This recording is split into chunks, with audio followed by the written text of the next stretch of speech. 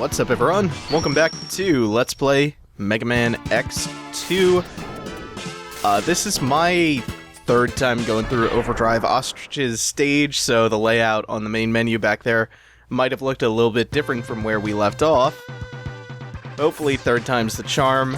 I've done this stage over and over, not because of the stage itself or because of Overdrive Ostrich, but because of something that happens right in the beginning. It's gonna be our first X-Hunter, Violin. And Violin is a boss who is built out of spite and cruelty, but mostly spite. His randomness borders on being malicious. In the refight later on in Sigma's Fortress, he tends to be a lot more directly aggressive about targeting you, but there are other elements of that fight that just feel random. This fight, however, the way his ball and chain moves, that's where the randomness comes from. And the way he positions itself makes it extra random, because sometimes he'll just stay in place like this. He's being a good boy for me for no reason. Maybe he's just feeling bad about all those times he punished me. Here he goes. So, if he's positioned right, you can just stand back in the corner and he'll just barely never hit you. And then sometimes he'll just spend all of his time jumping forward and he'll be really generous to you. And then other times, he'll just track you down like a heat-seeking missile and batter you like an abused spouse. And then it's no fun at all. And I can't emphasize enough, it looks like this fight is going really well. No, this fight is going lucky. This fight is going so well for me right now. I don't know if Violin is exhausted or excited after that. I'm gonna say exhausted. He's been swinging that heavy ball and chain around. We'll get him some Sunny D and take him for some ice cream. Little guy tuckered himself out on that fight. I can't emphasize enough, though. That fight, you can get pretty much screwed just based on the patterns he chooses to move in. Patterns is misleading. He doesn't so much as move in patterns as the universe, chaotic as it is, just dictates that sometimes he hates you. Also, I want to... Whoops, missed the jump. Actually, I don't even think I need a speeder bike for this, so... Fuck it, just crash it. Yeah, I can just get up here normally. And now...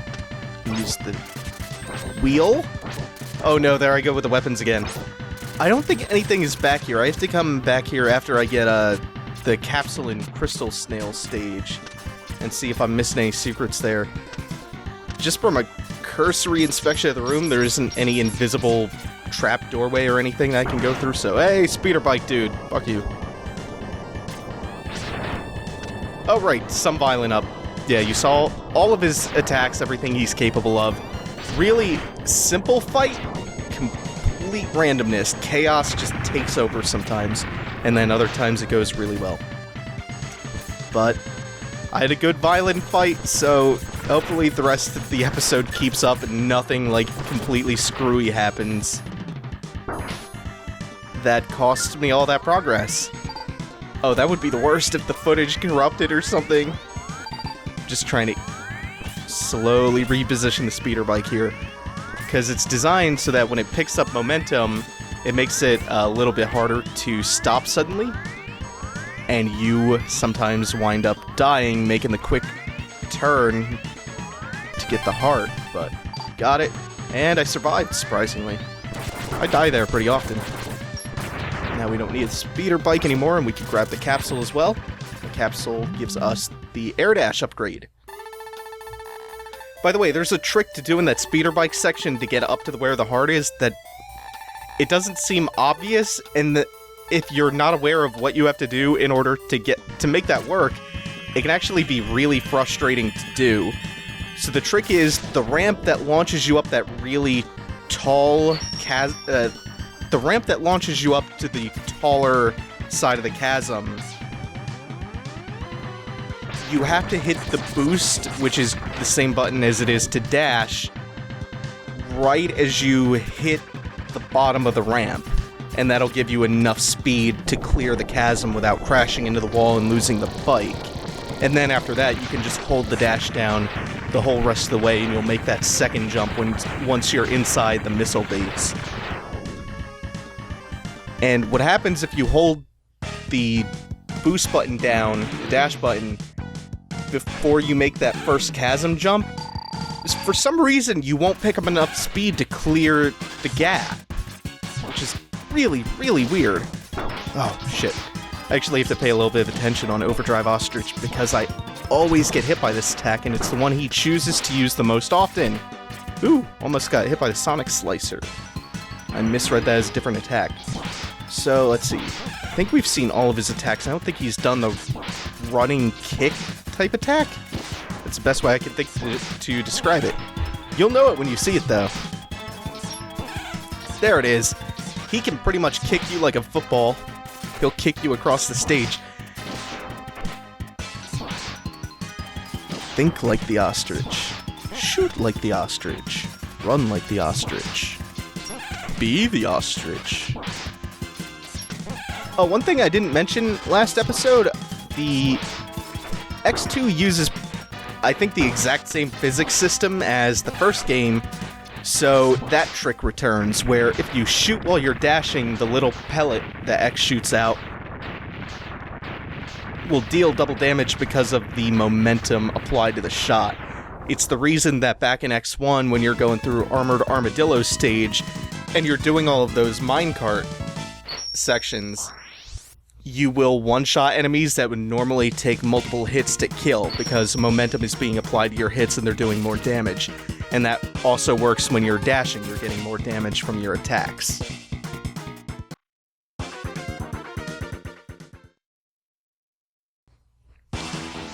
So now with Overdrive Ostrich out of the way, I think I will move on to... Do I want to do Flame Stag or Snail first? Stag. There's no X Hunter in this stage, but I want something specific out of his stage before I keep going on. I want his weapon, and after I get his weapon, I can also go back to Wheel Gator stage, and I can get the capsule on his stage now that I have the air dash.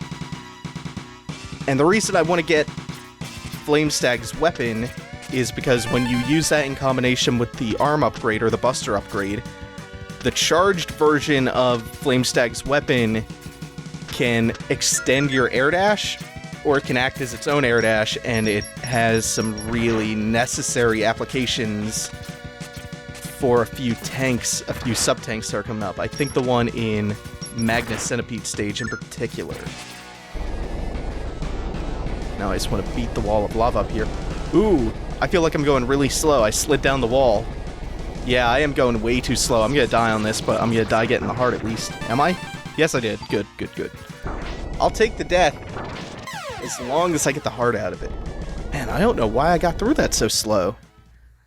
I didn't think slipping up for like half a second would cost me that much time. You usually beat the rising swell of lava much more handily than that, even if you are getting the heart.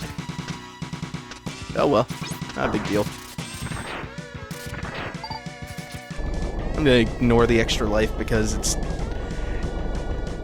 I rarely die getting the heart, but going after the extra life, I would say it's pretty much a coin flip on whether or not that gets me killed the most. Oh, the other thing I didn't point out last episode that I meant to. I'm gonna keep using the Buster Shot. The Buster Shot. I'm just gonna keep using the X-Buster for the bosses. I'm not gonna use their weaknesses just yet. Just like in X1, I'm gonna save the weaknesses for the refight, because I don't want to make the bosses trivial on the first run through. Now, the reason I'm pulling out the Sonic Slicer, or the Sonic Slash... Jesus, I am so bad with the weapon names. You would think that I would learn to pay attention on that screen when it tells you what the name of the weapon is, but nope.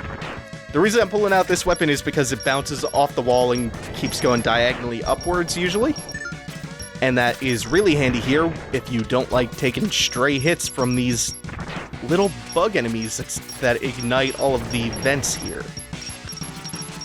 Because they usually, projectiles make it up before you do, and they will take out anything on the way up.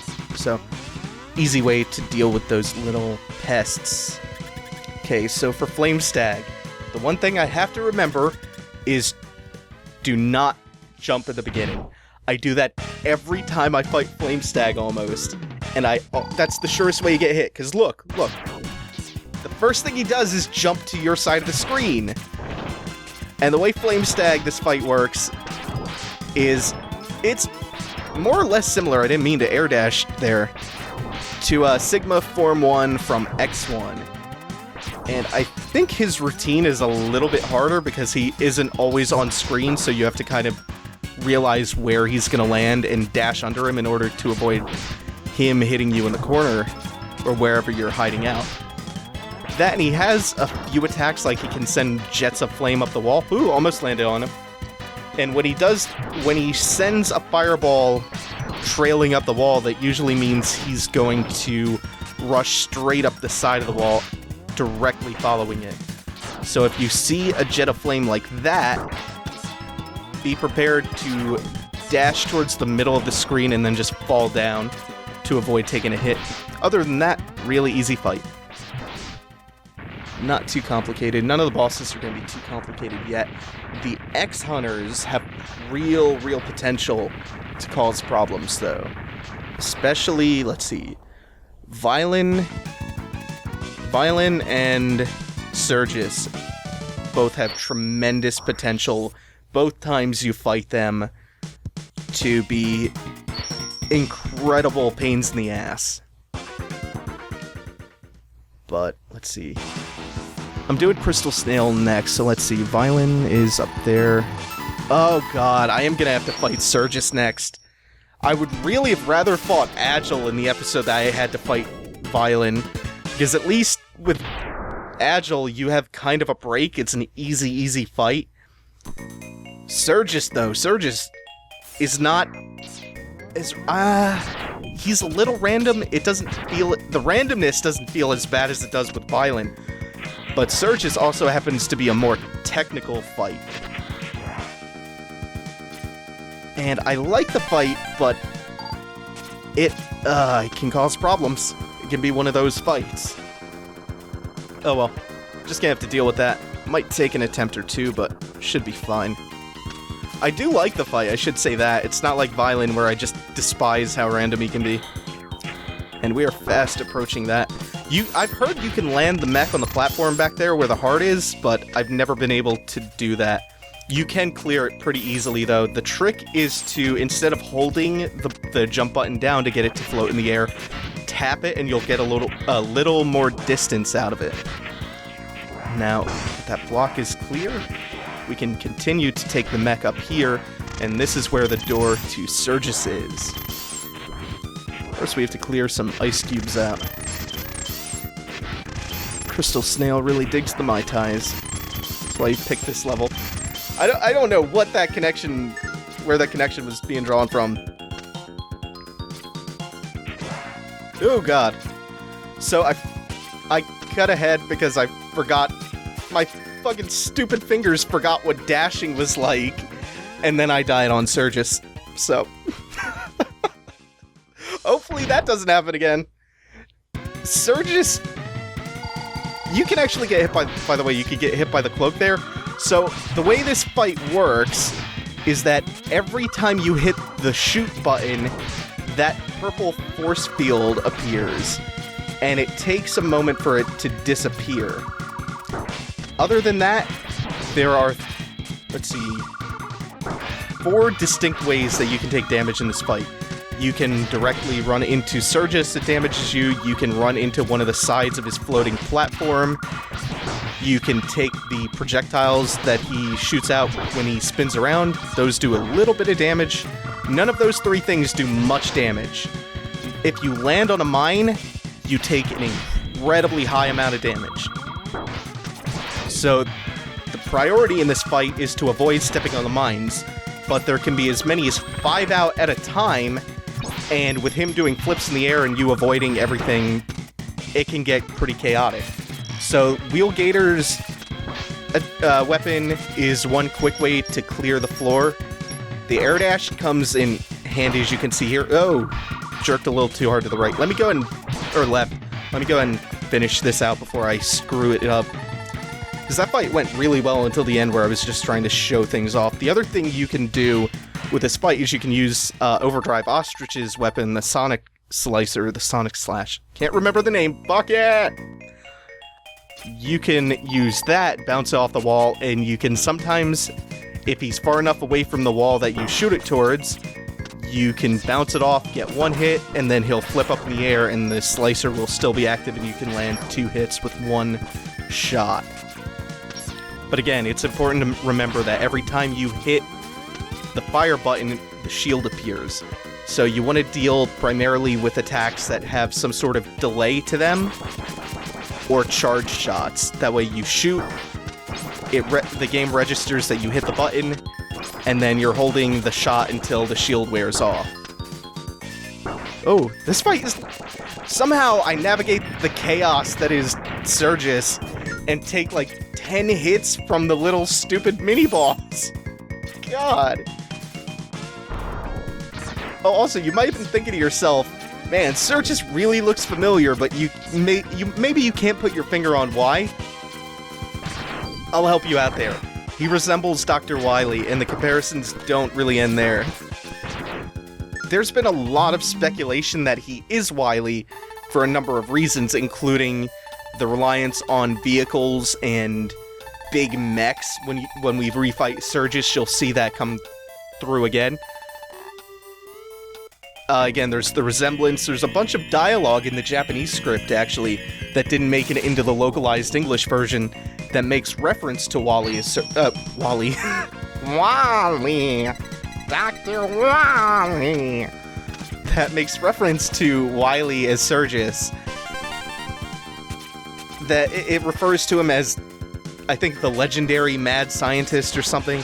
Plus, Wily created Zero, and nobody understands how Zero works, and they say that multiple times throughout the series, and nobody understands his design. He isn't based off of X's design like the rest of the Reploids, meaning he's as unique as X is. They make a big deal in X5, I think, of how nobody understands how Zero was built. So presumably, the only person who should know how to put them back together would be Wily, who built Zero. And yet, here we are in X2 with Serges masterminding the unification project to rebuild Zero after he blew himself up in X1.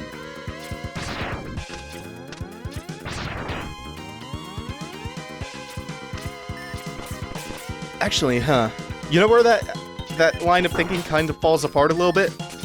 If you collect all the parts yourself, all the Zero parts, which we've now collected 2 of, I don't remember who does it, but somebody rebuilds them. I think Dr. Kane? So there goes that. That's still... I still think there's a pretty solid reason to think that Serges might be Wily, or might have Wily's brain, something to that extent. There's also a pretty popular theory that, what's his name, Isaac? From, I think, X6 is Wily, but I guess I'll talk more about that when I start playing X6. For now, though, this is going to be the last boss of this episode. This is Crystal Snail.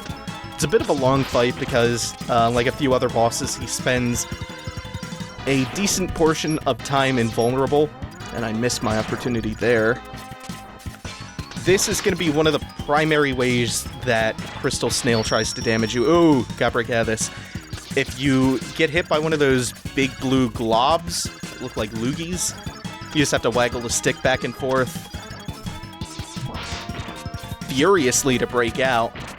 Try not to get touched by them again. And if you do it quickly enough, he usually won't have time to attack you, do damage. And if you stay in the one of the upper corners, either upper left or upper right corner, none of them actually reach that high or at that angle, even if he's spitting those loogies directly at you, like 5 feet away, or 5 feet below you. And then the other thing he's going to do throughout this whole fight is he's just going to charge back and forth, curled up in his little snail shell. And that's not a big deal, because it gives you so much time to react. He doesn't move nearly as fast as, say, Agile does. Although the difference here is that, unlike Agile, Crystal Snail can track you throughout, like, any position you are on screen, and then when his health gets below half, he will slow you down, but he maintains the same speed. This effect usually wears off after he has time for about one charge and then one of his little ground cycles where he's hawking loogies at you. I don't think he's hit me yet. That's fortunate because I went into this fight with very low health from everything else that's happened so far. Oh, look, he can hit you. I didn't know that there was an angle he could actually reach you at, but it looks like about mid-screen he can actually hit you with that if you're up in the right corner, or if you're up in either corner. It's mid-screen. Oh, just one more hit. I can have a hitless boss. Yay, I did it. Let the confetti drop.